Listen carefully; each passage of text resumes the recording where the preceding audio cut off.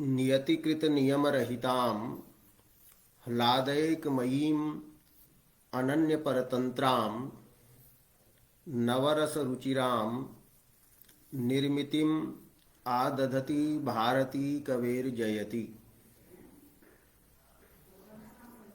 अद्य प्रभृति काव्य प्रकाशे अर्थालंकाराः विचारणीयाः सन्ति। तत्र पूर्वम् एतत् सामान्येन ज्ञातव्यं भवति यत् अलंकारस्य साधारणं लक्षणं किं वर्तते। भवन्तः सर्वे जानन्ति अलंकार शब्दस्य अनेके अर्थाः सन्ति। सौन्दर्यम् अलंकारः वर्तते, सौन्दर्यस्य साधनम् अपि अलंकारः उच्यते। एवं सौंदर्य साधनानां अलंकाराणां यत्र विवेचनं भवति स ग्रंथः अपि तच्छास्त्रम् अपि अलंकार शब्देन उच्यते। अत्र काव्य प्रकाशः प्रस्तुतः अस्ति। अतः काव्य प्रकाशे अलंकारस्य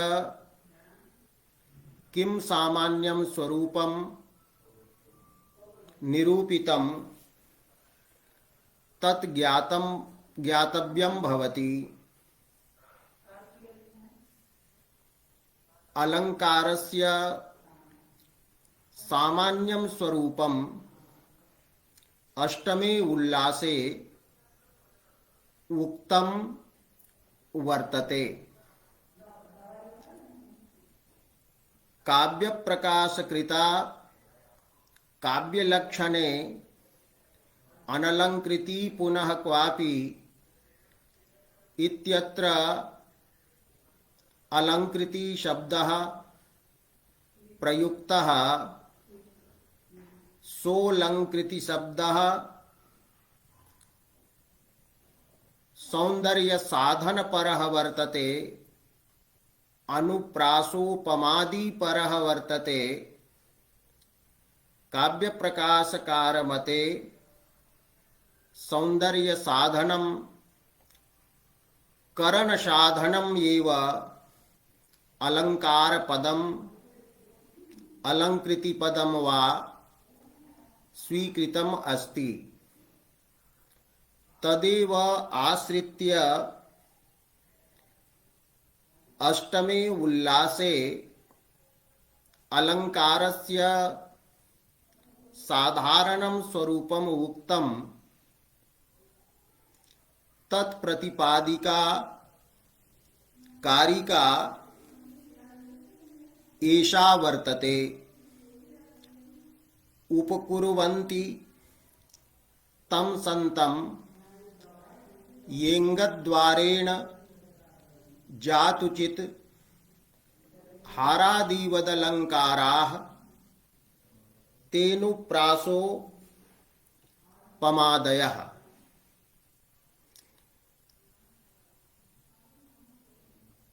अत्र लौकिकः दृष्टान्तः प्रसिद्धः अस्ति।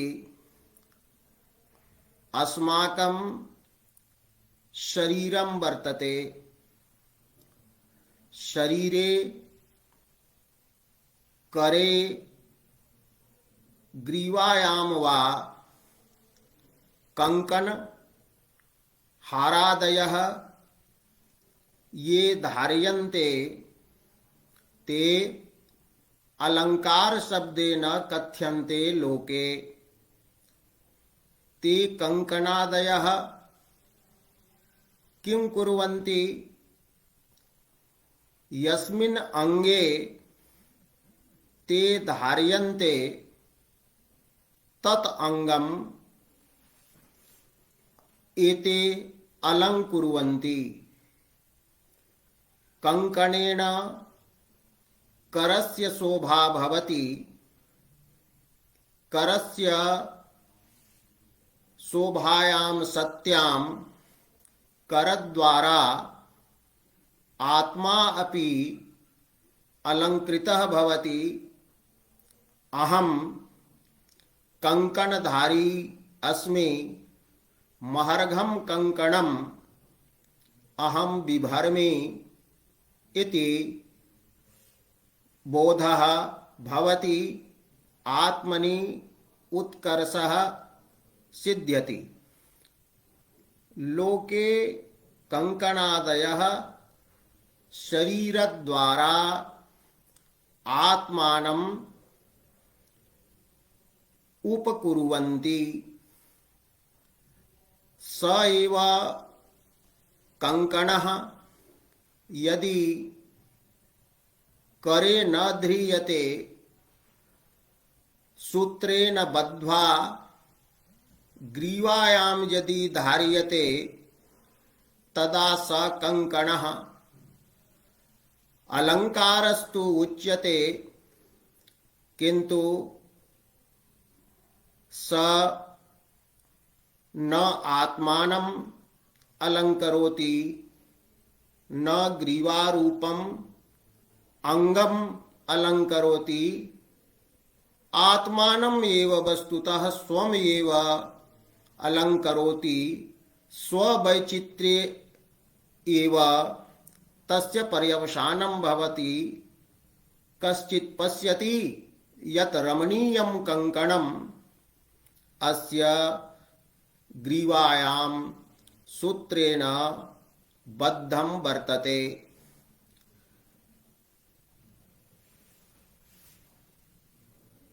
तो लौकिकाः ये अलंकाराः ते कदाचित् यथास्थान निवेशिता भवन्ति। तदा तत्स्थानालंकरण द्वारा आत्मानं उपकुर्वन्ति। अयथास्थान निवेशिताः अलंकाराः आत्मानं तदंगम वा न उपकुर्वन्ति। ते एव वस्तुतः ज्ञायन्ते, ते एव चमत्कृताः भवन्ति। एवं लौकिकं दृष्टान्तम् आश्रित्य अत्र काव्ये ये अलंकाराः सन्ति ते अनुप्रासोपमादयः मम्मटेन विचारिताः। तत्र स्वरूपम उक्तम ये उपकुर्वन्ति।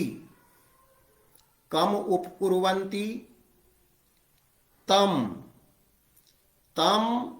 रसम ये उपकुर्वन्ति। कीदृशं रसम? तो संतम विद्यमानं रसम। काव्यस्यात्मा रसः शब्दार्थौ शरीरम इति प्रसिद्धं वर्तते। अतः यत् शब्दार्थ शरीरे काव्ये विद्यमानं रसम ये उपकुर्वन्ति ते अलंकाराः सन्ति। ते कथं सन्ति? हारादिवत् भवन्ति। हारादिना तुल्याः एते अनुप्रासोपमादयः अलङ्काराः सन्ति। तर्हि प्रश्नः, किं साक्षात् रसम् उपकुर्वन्ति? तर्हि उच्यते नहीं, अंगद्वारा। अंगपदेन अत्र शब्दः अर्थश्च ग्राह्यः। शब्दालङ्काराः अनुप्रासादयः शब्दम् अलङ्कुर्वन्ति, वाक्यम् अलङ्कुर्वन्ति, तद्वारा च रसम् उपकुर्वन्ति। अर्थालङ्काराः उपमादयः ये भवन्ति ते वाक्यार्थद्वारा अर्थद्वारा रसम् उपकुर्वन्ति। एवं अंगद्वारा शब्दार्थद्वारा रसोपकारकत्वम् अलङ्कारत्वम् इति लक्षणम् एकं निश्चितं भवति। पुनः प्रश्नः भवति, किम् अंगद्वारा एते अलङ्काराः सर्वदा एव रसम् उपकुर्वन्ति? तर्हि उच्यते न, जातुचित् कदाचित् एव एते अलङ्काराः रसम् उपकुर्वन्ति। एतेन किम् आयातम्? शब्दार्थद्वारा रसस्य कदाचित् उपकारकः यः शब्दार्थवृत्तिधर्मः सोऽलङ्कारः उच्यते।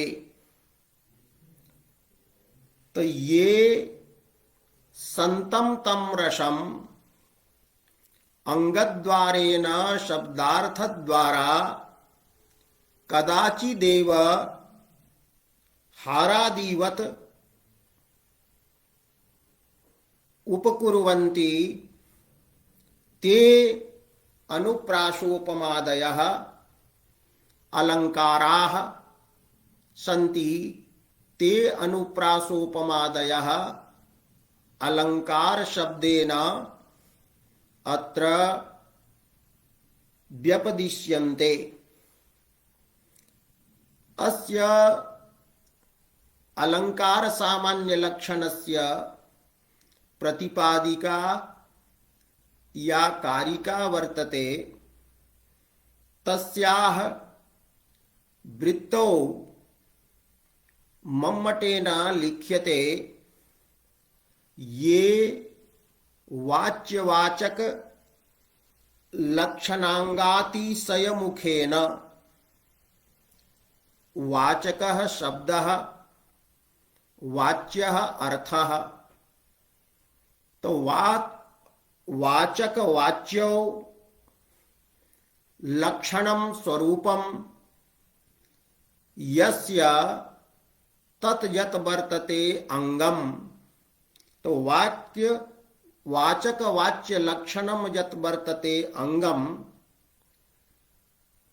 तस्मिन् अंगे शोभायाः अतिशयं ये कुर्वन्ति, तो शोभायाः अतिशयस्य मुखेन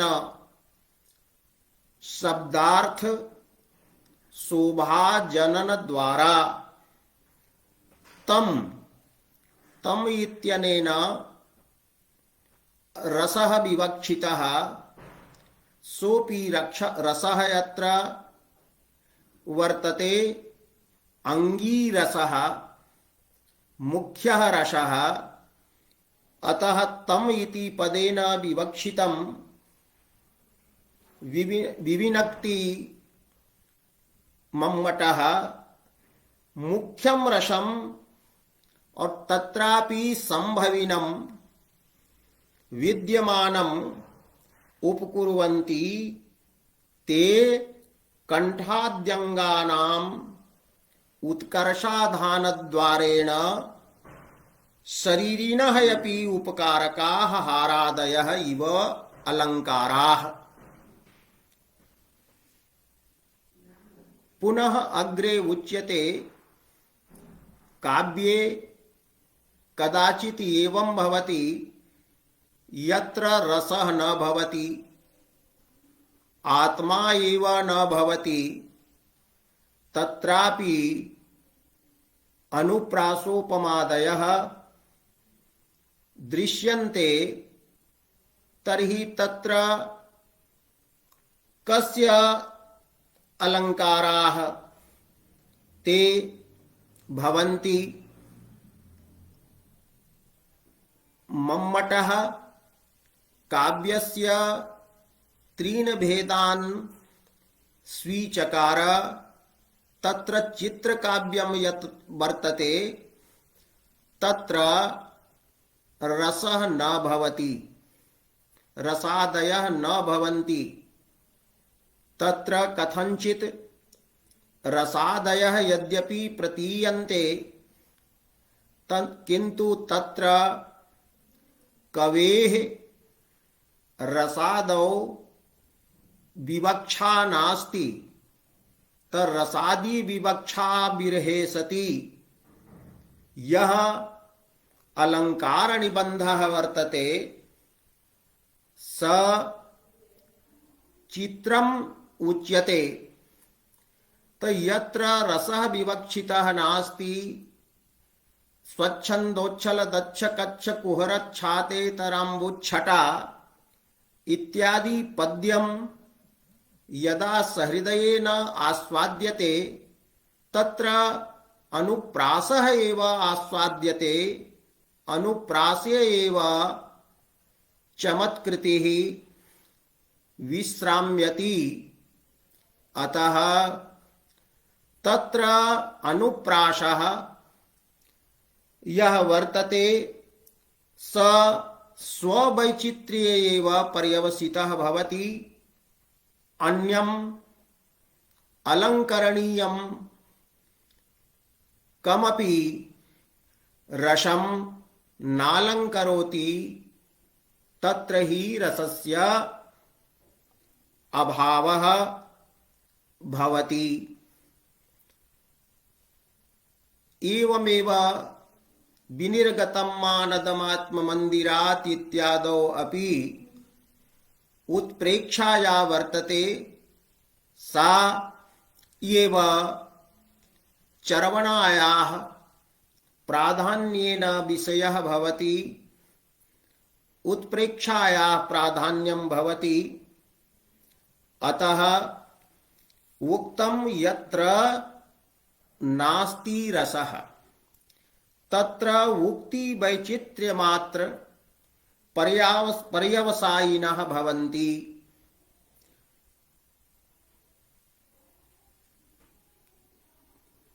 एवं क्वचित् तृतीया गतिः भवति।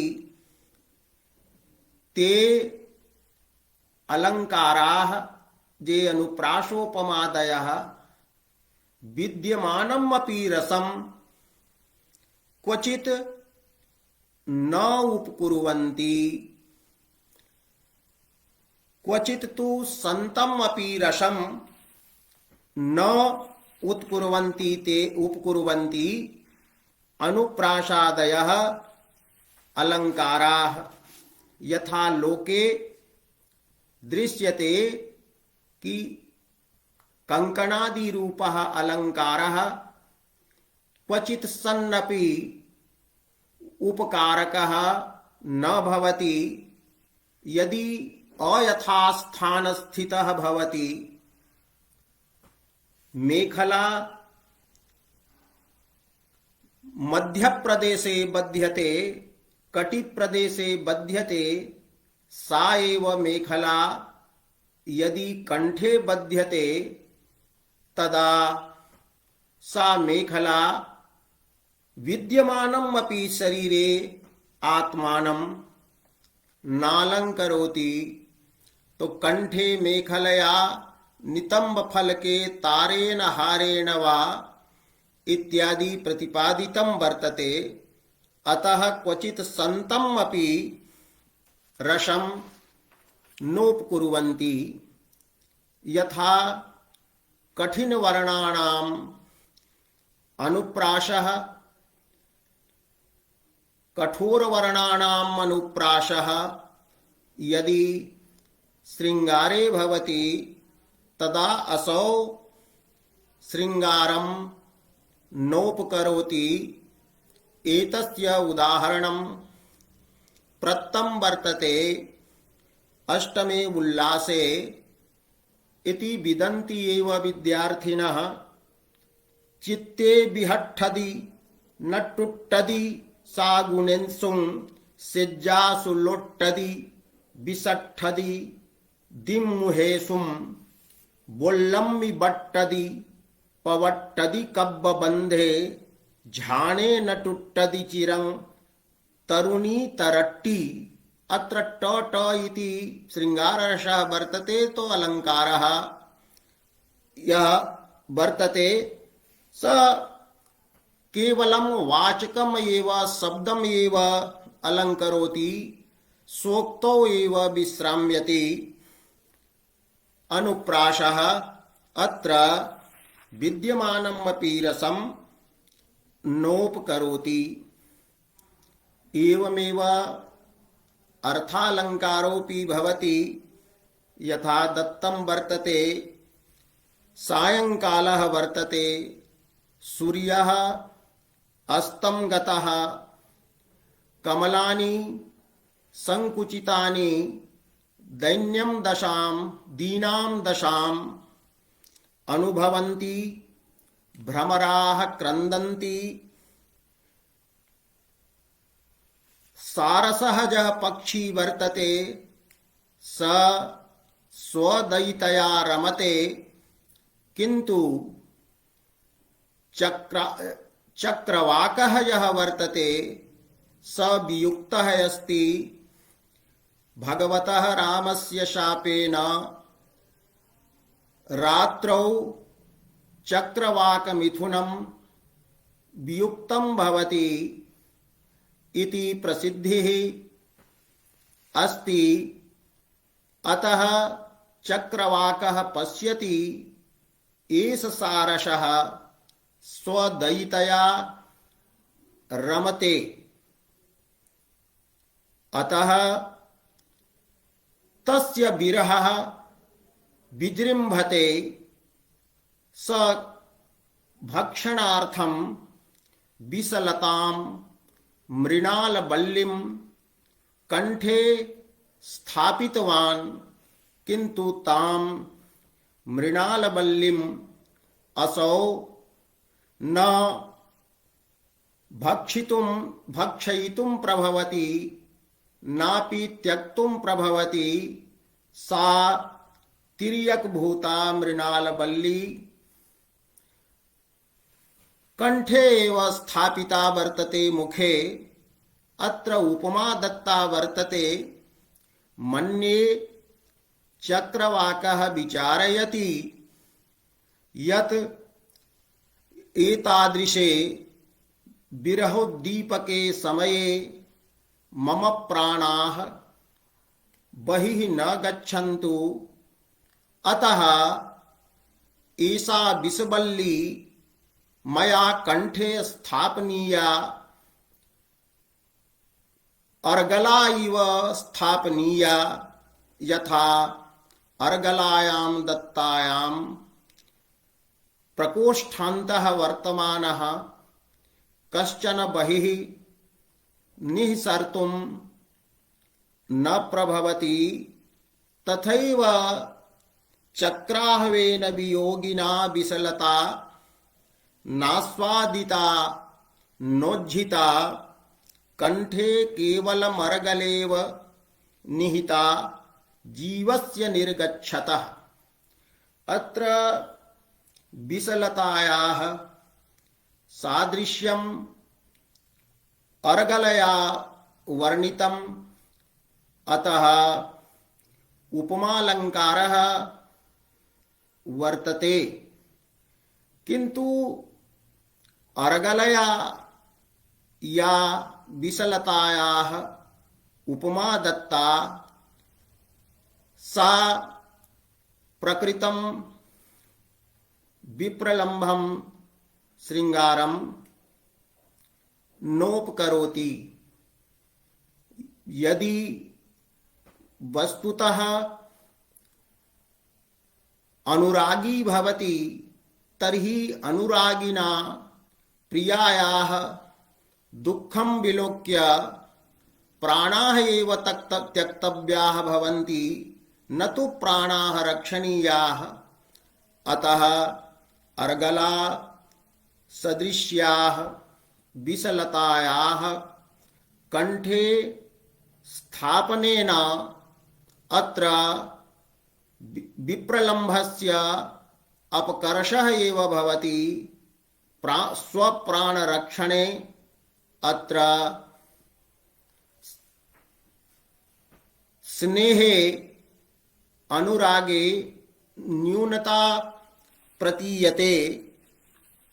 अतः एतादृशाः अनेके विचाराः तत्र कृताः सन्ति। तर्हि अत्र अधिकं वक्तव्यं वस्तुतः नास्ति, किन्तु अलंकारस्य सामान्यं स्वरूपं किम आयातम् इति विचारणीयं भवति। अस्याः कारिकायाः सारं गृहीत्वा बालबोधिन्याम् अलंकारस्य त्रिविधं स्वरूपम् उक्तम्। तत्र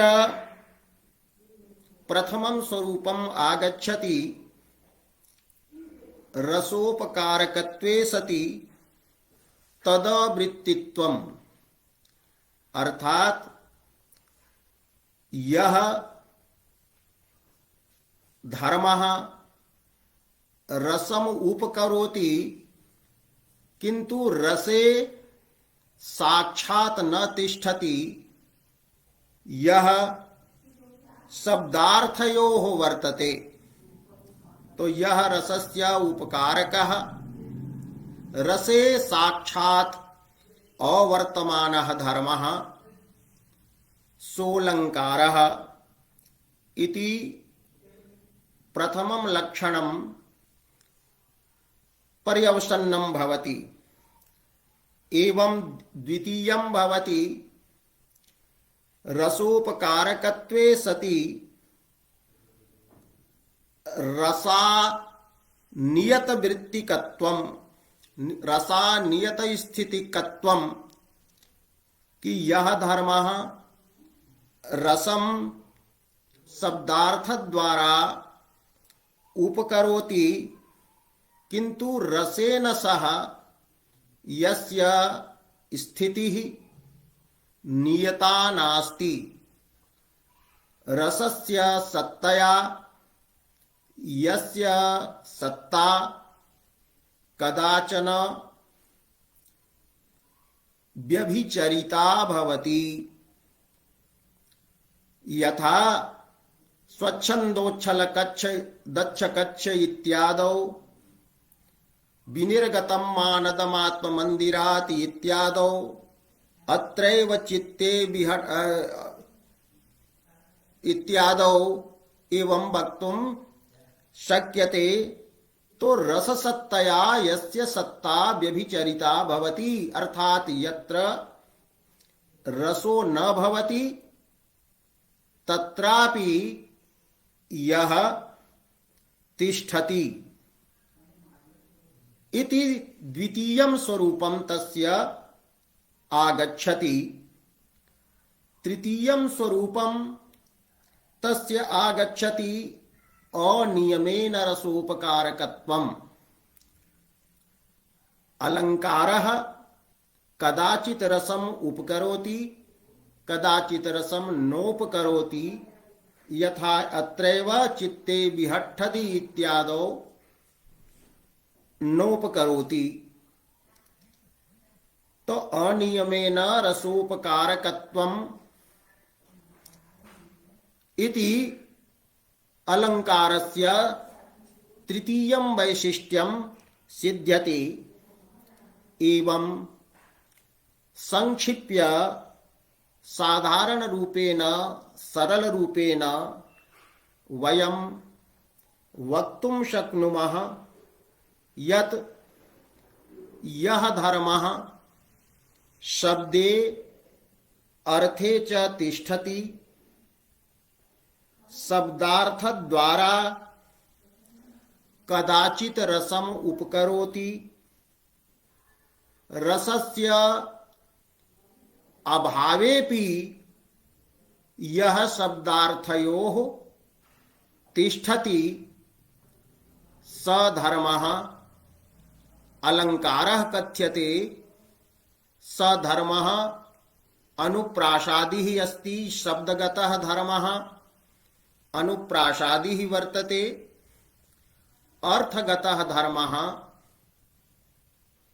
अर्थगतः धर्मः उपमादिः वर्तते। एवं अलंकारस्य साधारणं लक्षणं स्वरूपं पर्यवसन्नं भवति। तो शब्दगतः यह स शब्दालंकारः, अर्थगतः यः सोऽर्थालंकारः। तर्हि अत्र पुनः एकः प्रश्नः उदेति, यत्र शब्दः तत्र अर्थोऽपि भवत्येव, यत्रार्थः तत्र शब्दोऽपि भवत्येव। तर्हि अलंकाराणां शब्दगतत्वस्य अर्थगतत्वस्य च व्यवस्था कथं क्रियते? तर्हि उत्तरम् एतद् दातव्यं भवति। अत्र अन्वयव्यतिरेकाभ्यां निर्णीयते यत् कः अलंकारः शब्दगतः, कश्च अलंकारः अर्थगतः भवति। तर्हि यः अलंकारः पर्याय परिवर्तनं न सहते, सोऽलंकारः शब्दगतः मन्यते। पर्याय परिवृत्य सहिष्णुत्वम् एव शब्दगतत्वम् अलंकारेषु स्वीक्रियते। यथा अपसारय घनसारं कुरुहारं दूरयेव किं कमलैः। अत्र अपसारय घनसारं कुरुहारं दूरयेव किं कमलैः अलमलमालिमृणालैः इति वदति दिवानिशं बाला। अत्र यदि अलमलमाली अत्र अनुप्रासः वर्तते, अत्र लवर्णस्य पुनरावृत्तिः वर्तते। किंतु यदि अलम इत्यस्य स्थाने निषेधवाचकं यदि न इत्यादि पदं न्यस्यते, आली इत्यस्य स्थाने सखी इति पदं यदा प्रयुज्यते, तदा अनुप्रासः नश्यति। अतः अयम अनुप्रासः सखी आली शब्द पर्याय परिवर्तनम न सहते अलमिति निषेधवाचक पद पर्याय परिवर्तनम न सहते अतः अयम शब्दगतः अलंकारः। नवपलाश पलाश वनम अत्र यदि नवपलाश इत्यत्र पूर्वपलाश शब्दस्य स्थाने नवपत्र पलाश वनम इति क्रियते तदा यमकम न भवति एवं शब्द परिवृत्य सहिष्णवः ये अलंकाराः भवन्ति ते सन्ति शब्दगताः अनुप्रासादयः किन्तु ये अलंकाराः शब्दस्य परिवर्तनम पर्याय परिवर्तनम ये सहन्ते पर शब्दे परिवर्तितेपि ये अलंकाराः तिष्ठन्ति ते अर्थगताः उच्यन्ते। यथा चंद्र इव मुखम सुंदरम अत्र उपमा वर्तते अत्र चत्वारः अपि शब्दाः यदि परिवर्त्यन्ते तदापि उपमा यथावत् तिष्ठति। यदा उच्यते यत् शशांक सदृशम आननम रमणीयम तदापि अत्र उपमा तिष्ठति। तो एवं शब्दार्थगतत्वस्य या व्यवस्था वर्तते कि कः अलंकारः शब्दगतः कः अलंकारः अर्थगतः, तो यह अलंकारः पर्यायस्य परिवर्तनम न सहते स शब्दगतः शब्दालंकारः यश्च सहते सोऽर्थालंकारः भवति। एवं अलंकारस्य सामान्यं लक्षणं यत् पूर्वं दत्तम् अस्ति तस्य विषये किंचित प्रतिपादितं। विशेषतः अत्र ग्रंथे अवलोकयितुं शक्यते। विचारणीयः विषयस्तु वर्तते अर्थालंकारः एव। अतः अद्य काव्य प्रकाशे अर्थालंकाराः इति यः पाठ्यक्रमः निर्धारितः अस्ति तत्र प्रथमः अलंकारः भवति उपमा। तर्हि अत्र अद्य उपमां स्पृशामि। उपमा स्पृश्यते विशेषरूपेण श्वः प्रभृति यथाक्रमं पाठः चलिष्यति। साधर्म्यम् उपमा भेदे उपमा उच्यते साधर्म्यम्। उपमालंकारे किं भवति? उपमा शब्दस्य उपमा इति वर्तते लक्ष्यपदम्, साधर्म्यम् इति लक्षणं वर्तते। भेदे सति अर्थात भेदे इत्यत्र जा सप्तमी वर्तते सा सप्तमी घटकत्व रूप विषय सप्तमी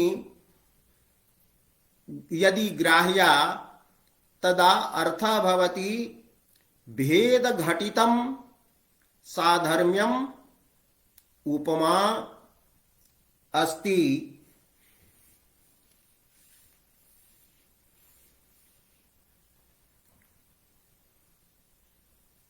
साधर्म्यम् किम उच्यते? तर्हि साधर्म्य शब्दस्य व्युत्पत्ति भवति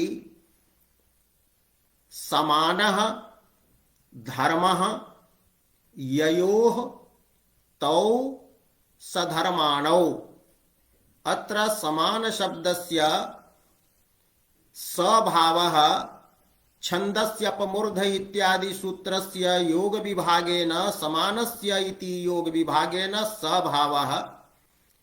तो समानः धर्मः ययोः तौ सधर्माणौ। यथा चंद्रः मुखं च अत्र आह्लादकत्वम् आह्लादकत्वादिः समानः धर्मः वर्तते। असौ धर्मः चंद्रेऽपि वर्तते मुखेऽपि वर्तते। अतः सधर्माणौ मुखचंद्रौ।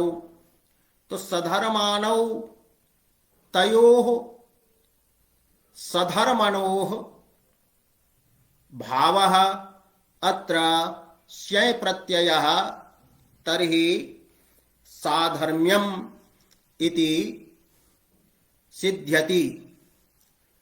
तत्र सधर्माणौ इति बहुव्रीहि समासः वर्तते। समासः यः वर्तते ततः विहितः यः भवति भावप्रत्ययः। असौ भावप्रत्ययः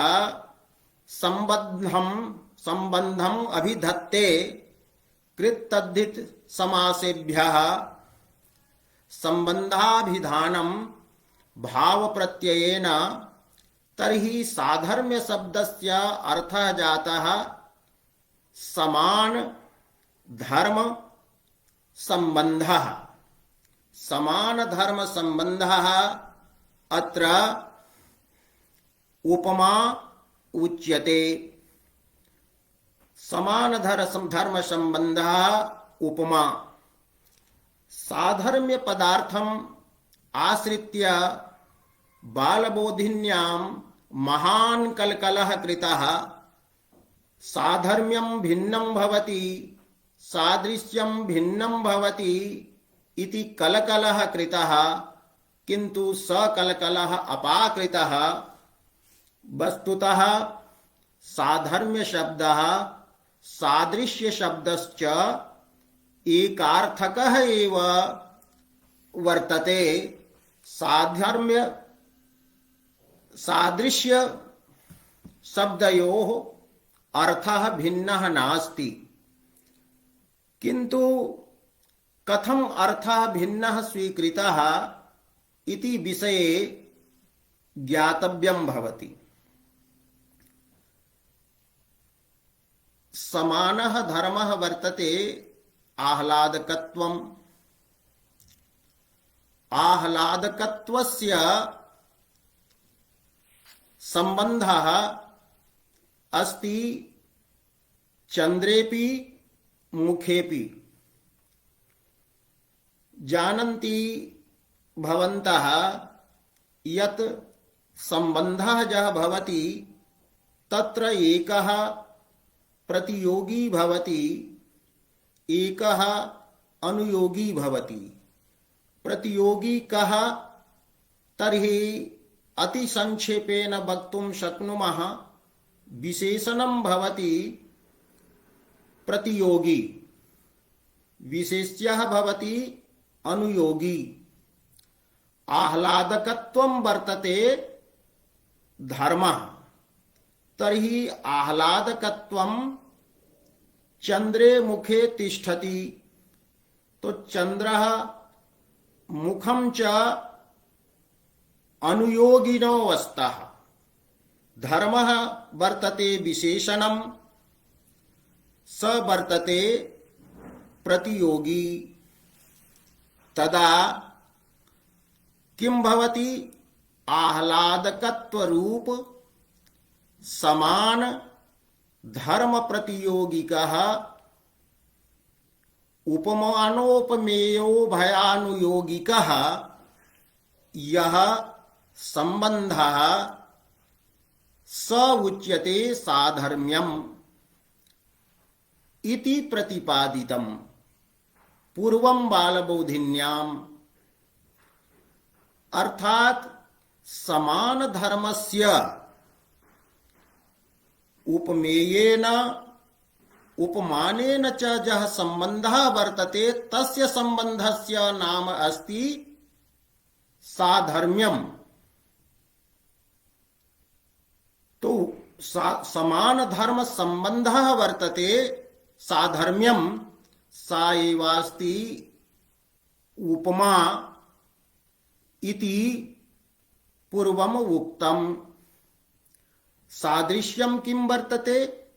तो समान धर्म संबंधेन चंद्रस्य मुखेन सह एकः संबंधः जायते, असौ संबंधः सादृश्यम कथ्यते।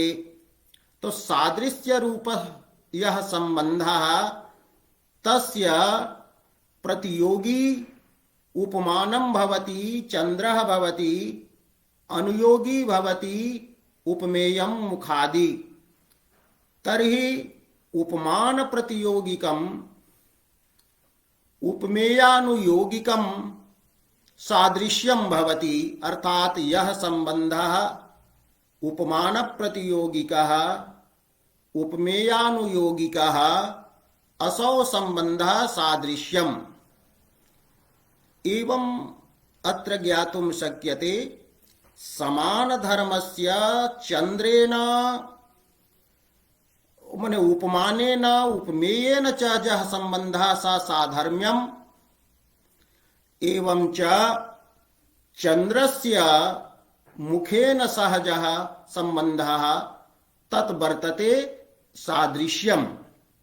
एवं बालबोधिन्यां पूर्वं सादृश्य पदार्थः भिन्नः साधर्म्य पदार्थश्च भिन्नः इति उक्तम्।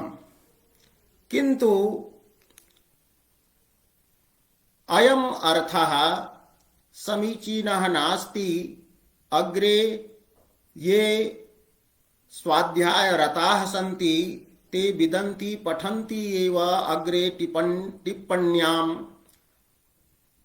अन्यत्र च प्रतिपादितं वर्तते यत् वस्तुतः साधर्म्यं सादृश्यं च एक एव पदार्थः।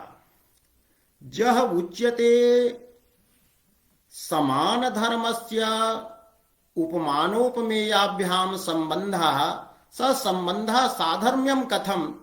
स तु संबंधः समवायः वर्तते। यतो हि आह्लादकत्वं समानः धर्मः अस्ति। तो धर्म धर्मिणो यत्र समवायः संबंधः स वर्तते स समवायः संबंधः अत्र साधर्म्य पदेन किमर्थं व्यपदेष्टुम् अर्हः वर्तते? यद आह्लादकत्वं चंद्रे वर्तते तदेव आह्लादकत्वं मुखेपि वर्तते। यद्यपि भेदः तत्रापि भवति कश्चित् वदेत् कि नहीं चंद्रम दृष्ट्वा यादृशः आह्लादः भवति स भिन्नः मुखं दृष्ट्वा यः आह्लादः भवति स भिन्नः। तो द्वयोः आह्लादयोः भेदः वर्तते इति अपि एकः सिद्धान्तः अस्ति। यथा द्वितीयोल्लासे प्रतिपादितं वर्तते यत् शंखगतः श्वेतगुणः भिन्नः एवं च हिमगतः श्वेतगुणः भिन्नः वर्तते। तर्हि अयं तु सिद्धान्तः काव्यप्रकाशकारस्य नास्ति इति पूर्वं खण्डितं वर्तते। यत् आश्रय भेदात् तत्र भेदः प्रतीयते। यः एव श्वेतगुणः हिमे वर्तते स एव श्वेतगुणः वर्तते। संख्येपि एवं यदेव आह्लादकत्वं चंद्रे अस्ति तदेव आह्लादकत्वं मुखेपि वर्तते भेद प्रतीतिः यत्र भ्रांति रूपा वर्तते इति काव्य प्रकाशस्य सिद्धान्तः वर्तते। तर्हि समानः जः असौ धर्मः तस्य जः उपमानादिना संबंधः वर्तते असौ संबंधः समवायः अस्ति। अतः अत्र साधर्म्यम् अर्थात सादृश्यम् उपमान प्रतियोगिकम् उपमेयानुयोगिकम् यत् वर्तते सादृश्यम् तत् सादृश्यम् एव वस्तुतः वर्तते। उपमा अस्ति एवं साधर्म्य पदम् आदाय अनेकः कलकलः प्रवृत्तः पुनश्च तत्र शान्तः। अत्र समान शब्दस्य प्रयोगः समान शब्दस्य अर्थः एकः अपि भवति। एकः धर्मः उभयोः वर्तते एकमेव आह्लादकत्वम् अस्ति। अतएव भगवता पाणिनिना समान कर्तृकयोः पूर्वकाले तो समान कर्तृकयोः यत्र एक कर्तृकत्वं तत्र द्वयोः क्रिययोः स्वीकृतं भवति। द्वयोः क्रिययोः यत्र एक कर्तृकत्वं भवति तत्रैव पूर्वकालिक क्रियावचनात् धातोः त्वा प्रत्ययस्य विधानं कृतं वर्तते। अतः धर्मी भेदेन तत्र आह्लादकत्वादीनां धर्माणां भेदः न स्वीकरणीयः। अत्र भेदे साधर्म्यम् उक्तम् अर्थात भेद घटितं सादृश्यम् उपमा रूपकं यत् भवति तत्र रूपकालंकारे अभेद घटितम् अपि सादृश्यं भवति। मुखं चंद्रः इति उच्यते तर्हि पूर्वं चंद्राभिन्नं मुखम इति अभेदः प्रतीयते। तो अभेद घटितं सादृश्यं रूपकस्य जीवातु वर्तते इति रसगंगाधरे प्रतिपादितं वर्तते लक्षणा प्रकरणे। एवं भेद ग्रहणम् अनन्वय व्यवच्छेदाय इति अग्रे कथयिष्यति। अनन्वयालंकारे एकस्मिन्नेव पदार्थे सादृश्यं वर्ण्यते तत्र सादृश्यं वस्तुतः भवति अथवा न भवति इत्यादि स्वः प्रभृति उपमां प्रारभ्य विचारयिष्यते। अद्य एतावदेव उच्यते एतदुक्त्वा विरम्यते।